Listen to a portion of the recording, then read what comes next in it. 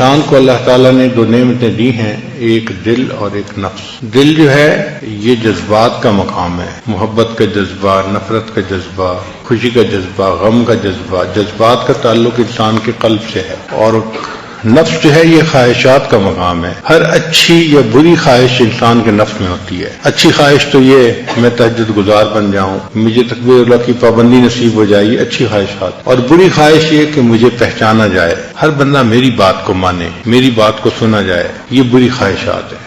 جب نفس کی اصلاح ہو جاتی ہے تو اس میں اچھی خواہشات رہ جاتی ہیں، اور اگر اس کی اصلاح نہ ہو تو فطرتاً نفس کے اندر برائی ہے۔ اللہ تعالیٰ نے ارشاد فرمایا وَنَفْسٍ وَمَا سَوَّاهَا فَأَلْهَمَهَا فُجُورَهَا وَتَقْوَاهَا۔ نفس کی قسم کھا کر فرمایا کہ اس کے اندر ہم نے فسق و فجور اور تقوی دونوں چیزوں کو رکھ دیا ہے۔ تو جو بندہ اپنے آپ پر محنت نہیں کرتا، اس کا نفس اس کو فسق و فجور ہی کے اوپر آمادہ کرتا ہے۔ چنانچہ ہر انسان کے نفس کی یہ چاہت ہوتی ہے میری خواہشات پوری ہو، میں انجوائے کروں، مجھے لذت ملے۔ آنکھ قابو میں نہیں رہتی، زبان قابو میں نہیں رہتی، کان قابو میں نہیں رہتے، شرمگاہ قابو میں نہیں رہتی، بس وہ چاہتا ہے کہ کسی طرح میری خواہش پوری ہو جائے۔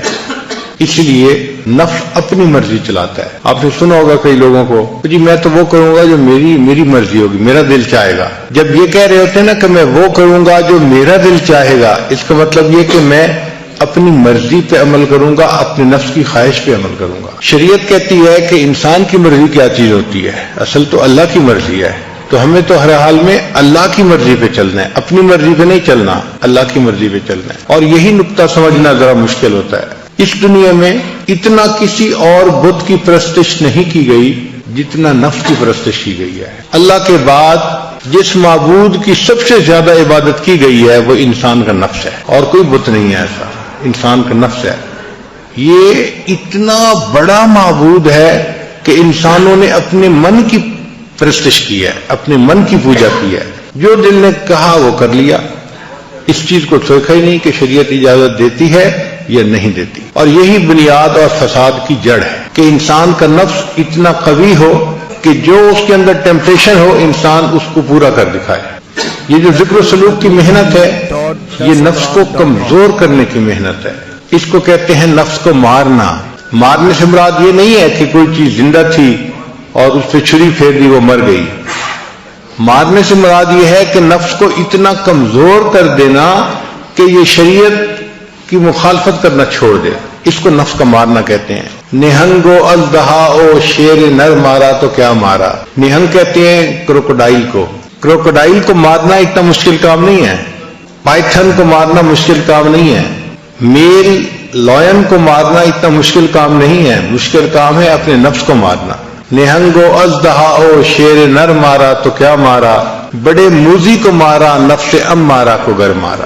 گیا شیطان مارا ایک سجدے کے نہ کرنے سے، شیطان ایک سجدے نہ کرنے کے اوپر مارا گیا، اس کو دربار سے دھتکار دیا۔ گیا شیطان مارا ایک سجدے کے نہ کرنے سے، ہزاروں سال سجدے میں جو سر مارا تو کیا مارا۔ اس نے ہزاروں سال جو سجدے کیے زمین پر تو ان کا کیا فائدہ نکلا؟